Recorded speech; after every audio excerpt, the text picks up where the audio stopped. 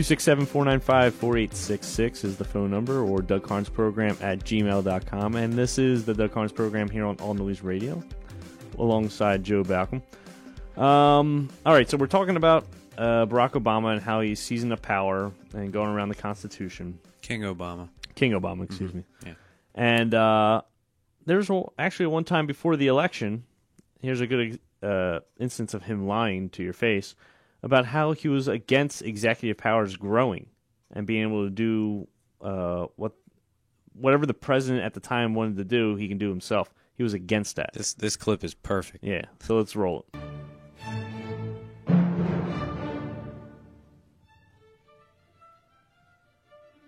When Congress offers you a bill, do you promise not to use presidential signage to get your way? Yes. Oh, he promised. He promised, and everybody cheered. Let me just explain for those who are unfamiliar with this issue. Please do. Please do, Barack. Yeah, we've got a government designed by the founders so that there'd be checks and balances. Mm-hmm.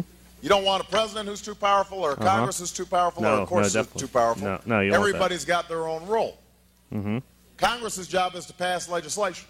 Really? The president can veto it. Hold on, he's informing us, Joe. But what George Bush has been trying to do as part of his effort to accumulate more power in the presidency, that evil SOB, is he's been saying, well, I can basically change what Congress passed by attaching a letter saying, I don't agree with this part, or I don't agree with that part. I'm going to choose to interpret it this way or that way. That son of a... That's not part of his power. No, but it's not. This is part of the whole theory of George Bush, that he can make laws as he's going along. That stinking son of a... I mean, I can't believe George Bush. That's why I can't stand George Bush. He's such an evil dictator. I'm right on board with Obama. Yeah, such an evil dictator. I mean, Obama would never dream, ever to do something like this.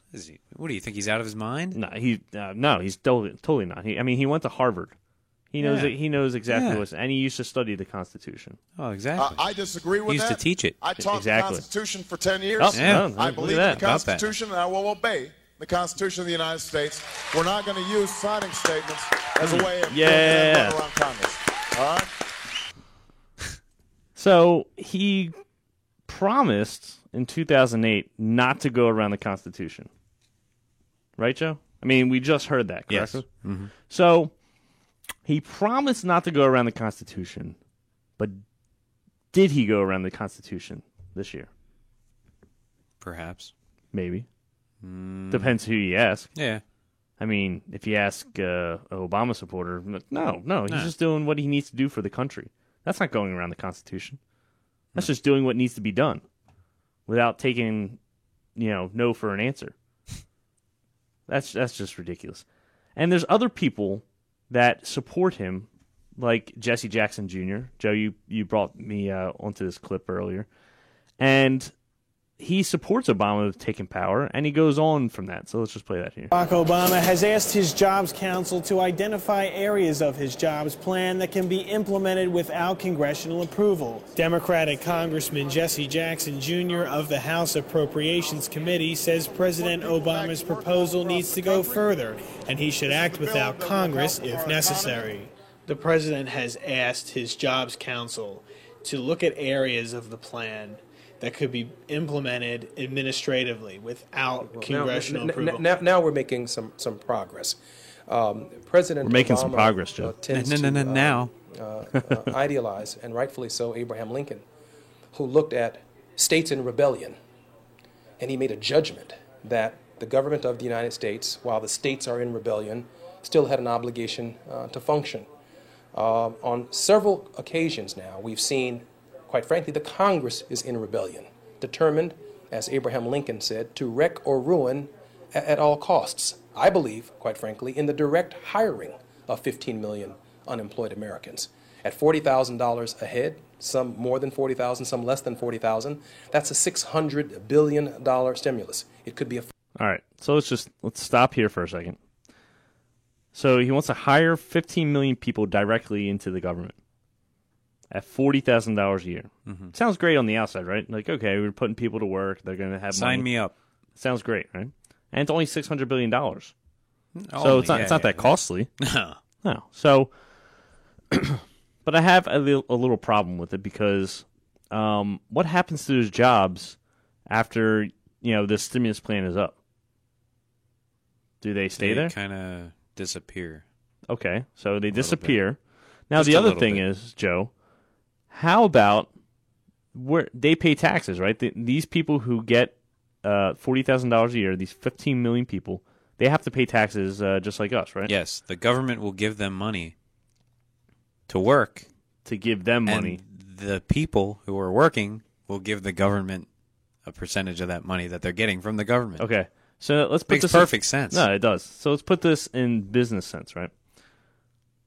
You work for a business, they pay you $40,000 a year, but then in turn you have to pay them money back. Mm-hmm.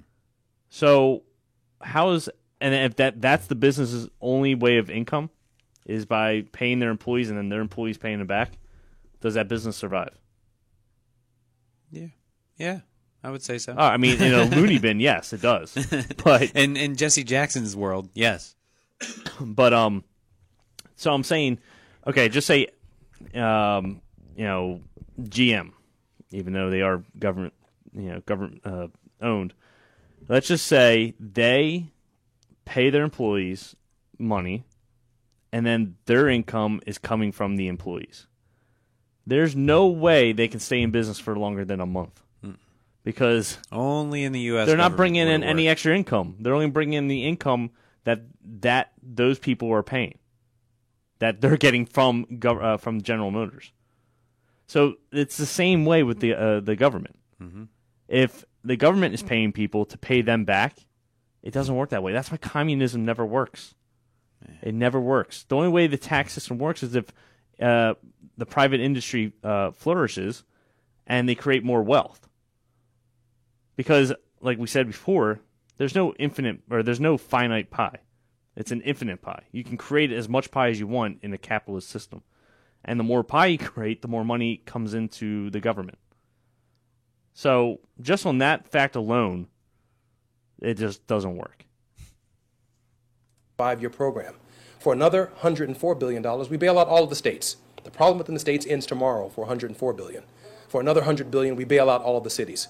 So for about $804 billion, we put 15 million Americans to work. We bail out the states and we bail out the cities, but we do it through direct hire. We put people to work cleaning up communities.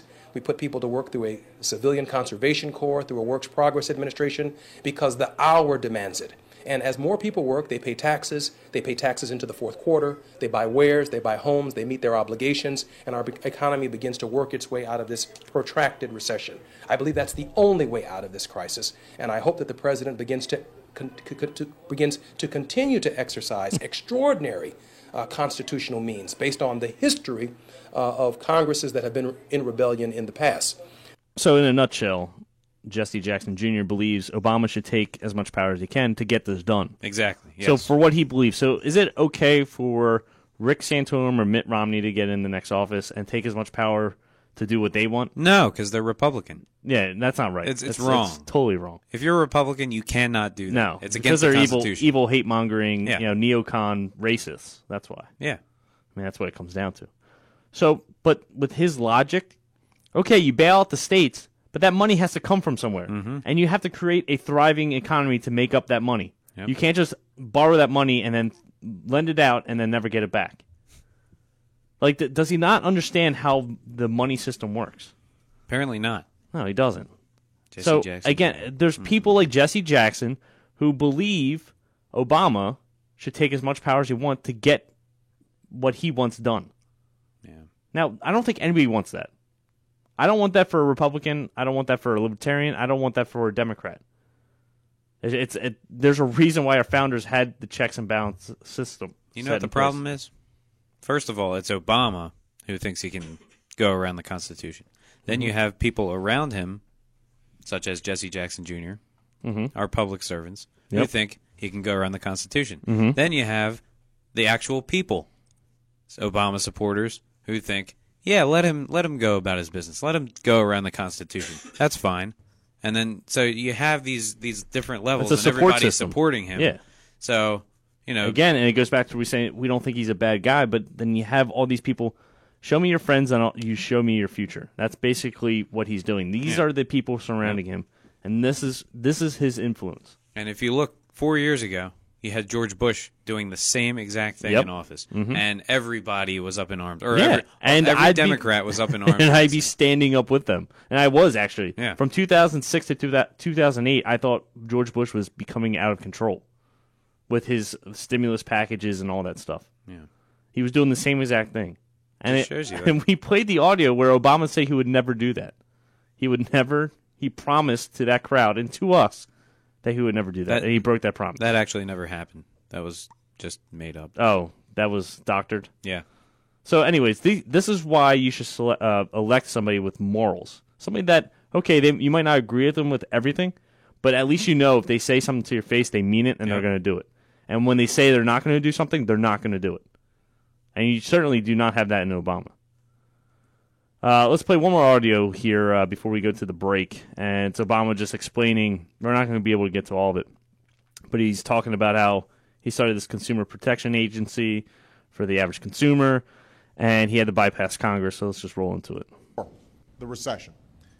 So we've got to get the economy growing faster and make sure that small businesses can hire again, so that an entrepreneur out there can sell a new product, so that the middle class is getting stronger again, and so folks feel confident in their futures and their children's futures. And that's why we can't let politics stand in the way of doing the right thing in Washington. We can't stand in the way when it comes to doing the right thing on deficits, and that's why I want to take steps like making sure payroll taxes for middle-class families don't go back up next year. And that's why it's so important that we tackle the problems that led us into this recession in the first place. And one of the biggest problems was that the tables were tilted against ordinary people in the financial system. When you get a home loan, it came with pages of fine print. When you got a credit card, it was as if the contract was written in another language. Hey, Barack, why don't you, if you want to tackle the problems that got us into this recession, why don't we tackle government spending? Exactly. How about that? Let's start with that. But this is where I get annoyed with is, okay, there's fine print in a home mortgage. There was fine print in a credit card agreement statement. You didn't have to sign for those. You should have had a lawyer look it all over. And if you can't afford a lawyer, find somebody that knows what they're doing to help you out with it.